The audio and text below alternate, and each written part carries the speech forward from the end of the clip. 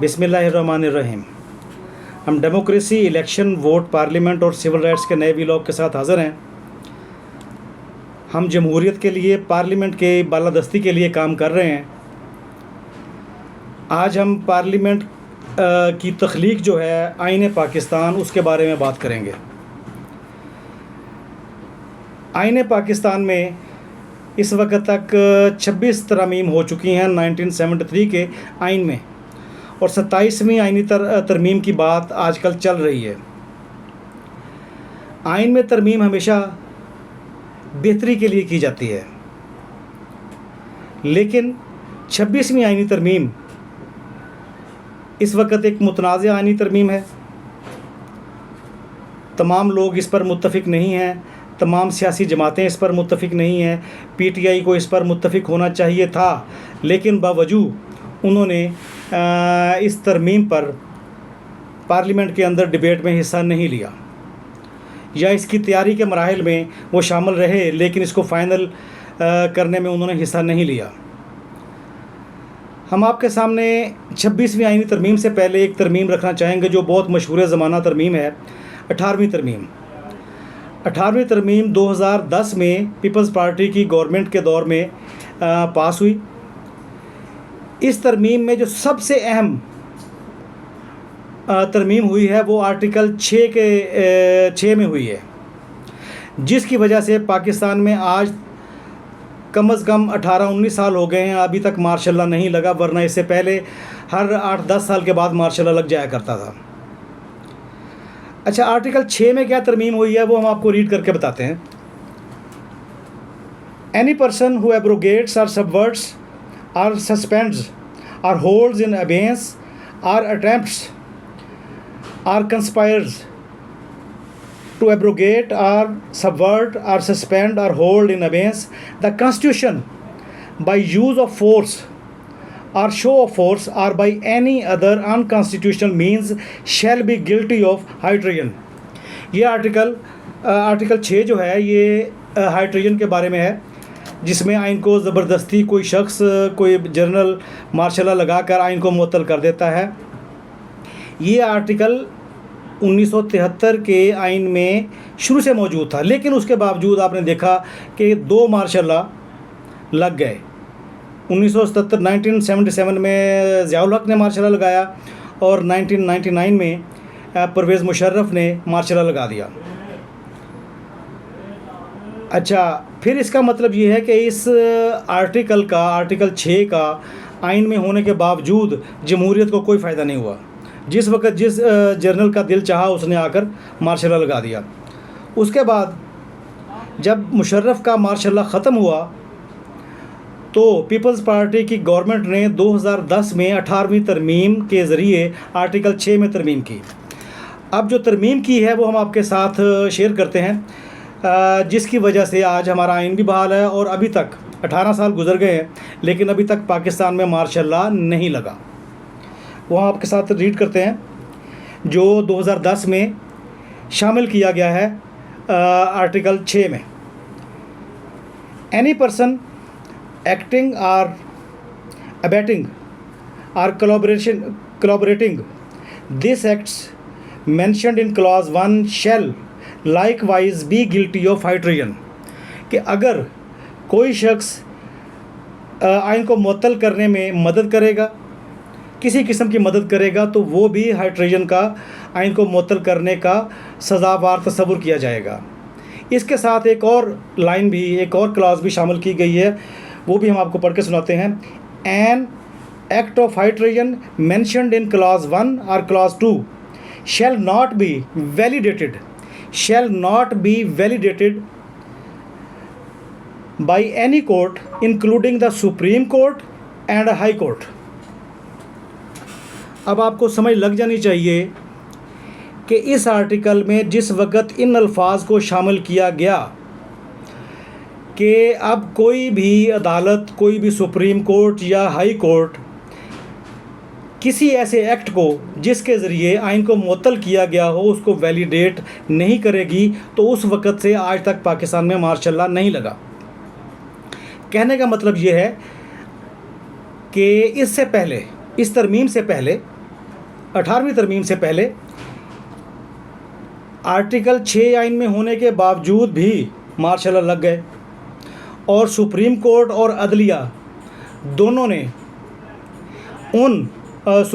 Supreme court और high court दोनों ने जर्नल्स के उस गैर आइनी इक़दाम को वैलिडेट किया, उसको दुरुस्त करार दिया, जो कि बज़ाते ख़ुद एक नाइंसाफ़ी थी, आईने पाकिस्तान के साथ गद्दारी थी।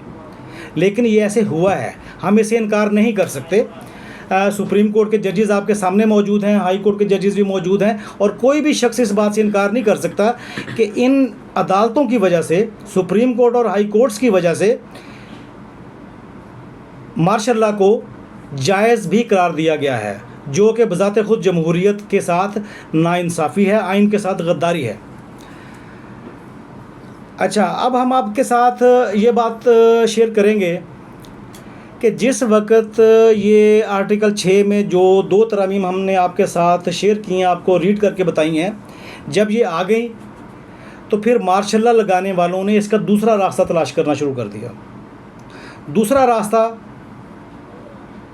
हमें बहुत अफसोस के साथ कहना पड़ता है कि दूसरा रास्ता उन्होंने सियासी जमातों के साथ मिलकर बना लिया। मसलन इमरान खान साहब को उन्होंने लोगों के सामने या उसकी पार्टी को, इमरान खान साहब की पार्टी को, इमरान साहब को प्रोजेक्शन देना शुरू कर दी, उनके पीछे खड़े हो गए, उनको सपोर्ट करना शुरू किया। चलें, ये बात अगले व्लॉग में हम करेंगे, लेकिन फ़िलहाल हम ये बात करते हैं जिस वक्त पार्लियामेंट्स ने अपना टेन्योर पूरा करना शुरू किया, तो उस वक्त सुप्रीम कोर्ट के जजेस ने, सुप्रीम कोर्ट के चीफ जस्टिस ने प्राइम मिनिस्टर्स को सज़ा देना शुरू कर दी।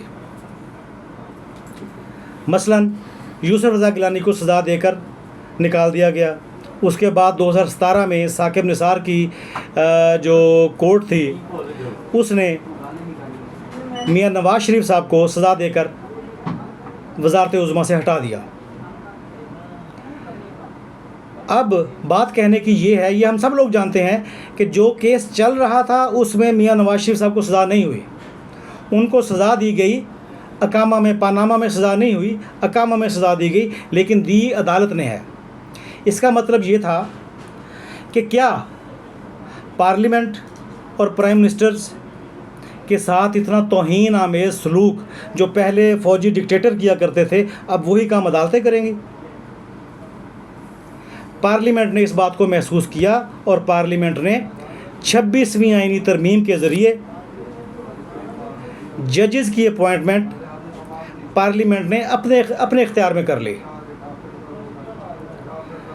और ये बात आपने जहन में रखनी है कि चीफ जस्टिस की अपॉइंटमेंट पार्लियामेंट ने अपने इख्तियार में की, वज़ीर आज़म पाकिस्तान को ये इख्तियार नहीं दिया गया।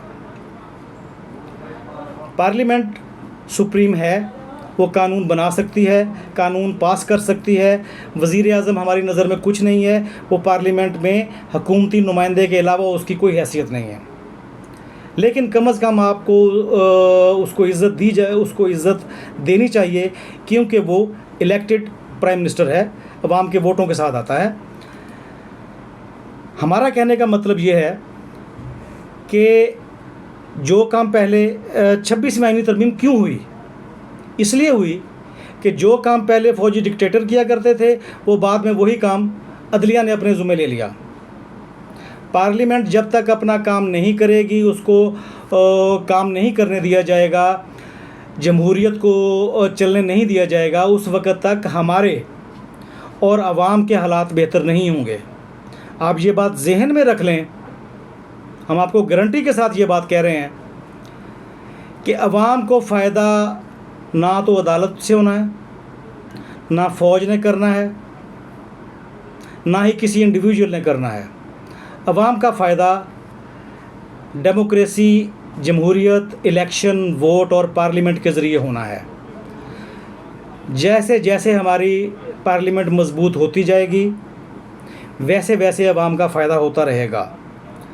मसलन हम आपके साथ ये बात शेयर करना चाहते हैं कि सियासी जमातें, आप किसी भी सियासी जमात को वोट करें, ये हमारा राइट है, वो हमारे नुमाइंदे के तौर पर पार्लियामेंट में जाकर हमारी ख्वाहिश के मुताबिक काम करती हैं। ये नहीं हो सकता कि सियासी जमातें हमें इग्नोर करें। ये बात दुरुस्त है कि इस वक्त तो फ़िलहाल जमहूरियत एट स्टेक है, लेकिन 26वीं आईनी तरमीम के बाद कम से कम वज़ीर आज़म और पार्लियामेंट महफूज हो गई है। ये लोग अपना 5-5 साल तक ये अपना काम करेंगे, तो हमें उम्मीद है कि 1-2 इलेक्शन गुजरने के बाद पाकिस्तान में जमहूरियत के हालात बहुत बेहतर हो जाएंगे और आवाम को उनका हक़ भी मिलना शुरू हो जाएगा। जैसे हमने पहले अर्ज़ की, 26वीं आईनी तरमीम बेसिकली अदलिया को काबू करने के लिए बनाई गई है, ताकि वो गैर ज़रूरी तौर पर पार्लियामेंट और प्राइम मिनिस्टर के इख्तियारात में इंटरफेयर ना करे, जैसे इससे पहले साकिब निसार ने और इफ्तिखार चौधरी कर चुके हैं। ये वाला काम उनका ये काम नहीं था, लेकिन उन्होंने पार्लियामेंट को भी नुकसान पहुंचाया और प्राइम मिनिस्टर्स को भी नुकसान पहुंचाया। यहाँ पर हम आज अपना व्लॉग ख़त्म करेंगे और उम्मीद है कि हम अपनी बात आप तक पहुँचाने में, हमने आर्टिकल 6 की बात की। आर्टिकल 6 पर अगर उसकी रूह के मुताबिक अमल किया जाए तो आपने देखा कि पाकिस्तान में मार्शल लॉ नहीं लगे।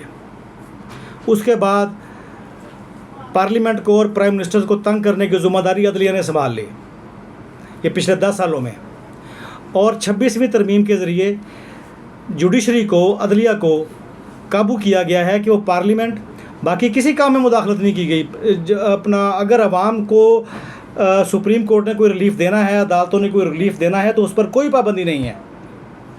सिर्फ प्राइम मिनिस्टर्स और जमहूरियत को महफूज रखने के लिए आर्टिकल 6 में तरमीम की गई है। और अगर फ़र्ज़ करें हमारी ख़ुद रिजर्वेशंस हैं इस पर कि ये जल्दबाजी में किया गया है, अगर इसमें बेहतरी हो सकती है, जैसे हमने पहले अर्ज़ की कि ये प्राइम मिनिस्टर का इख्तियार नहीं है चीफ़ जस्टिस के अपॉइंटमेंट, ये जुडिशल कमीशन और पार्लियामेंट के जो मेंबरान हैं उनके इख्तियारात में है।